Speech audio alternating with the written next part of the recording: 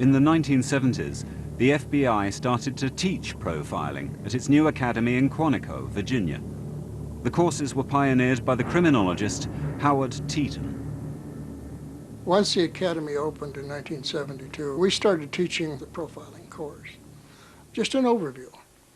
And then we would focus in on the psychological crime scene evaluation. We had a small class, all investigators and crime scene specialists.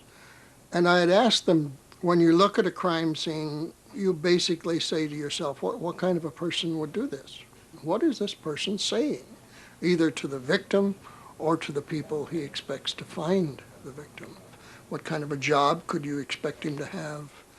And from that point of view, you're now getting to the point where you have investigative leads.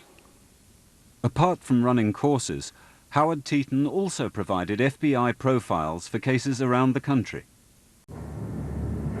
But profiling still involved an element of guesswork. In an attempt to make it more exact, the FBI traveled to Maynard Correctional Center in Illinois. The rope trick is not, the way I've described the rope trick is it's nothing more than a tourniquet. Stick one loop into it, and then you take the thing and just twist it. What was the purpose of that? It's in a tourniquet, so it cut off the air. So if you're going to kill somebody, you just put it on their neck and twist it 3 times or 4 times or whatever till the person stops moving. In 1980, John Wayne Gacy was convicted of killing 33 young men. FBI agent Robert Ressler followed in the footsteps of those who interviewed Peter Curtin and talked to Gacy and other serial killers. By going into prisons, I learned a great deal about violent offenders. You learn from the individual, from the person that did the crime. Not just talking to them, but collecting data. One of the problems was that despite overwhelming evidence, Gacy refused to admit his guilt. Tim McCoy was the first one, and he was buried by me in the crawl space. That's the only knowledge that I have of it. What was the circumstances of that? He was killed in the house in self-defense. And who killed him then?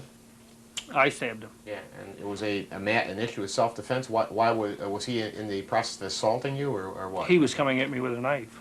I just took the knife away and twisted it in his hand, and that's what killed him. So at that point, you yourself did bury him then in the crawl space. Right, yeah. And if you notice, he's under concrete. Considering I'm sitting across the table from a serial killer who's killed 33 young men, that we know of. I always say that I have to leave my psychological baggage outside the interview room. I have to go in clear and clean. I have to relate to him as another human being without any feelings of what he's done.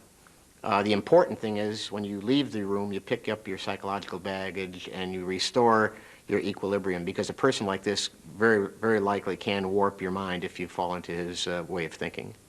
But as the evidence of convicted murderers is not always reliable, there are those who doubt the value of the FBI's work. One of the most sexy and exciting things you can give an account of is having talked to a nasty, vicious, violent criminal, a serial killer. So interviewing serial killers does become a bit like scalps on your belt of things you've achieved. And that's a lot of the value of it, rather than the scientific benefit. What is scientific? Science is the practice of trying to learn something about something. If you have no precedent, you have to start with what you have and what you have available. Now it might be said that it wasn't scientific, but at the time it was about as scientific as you could get.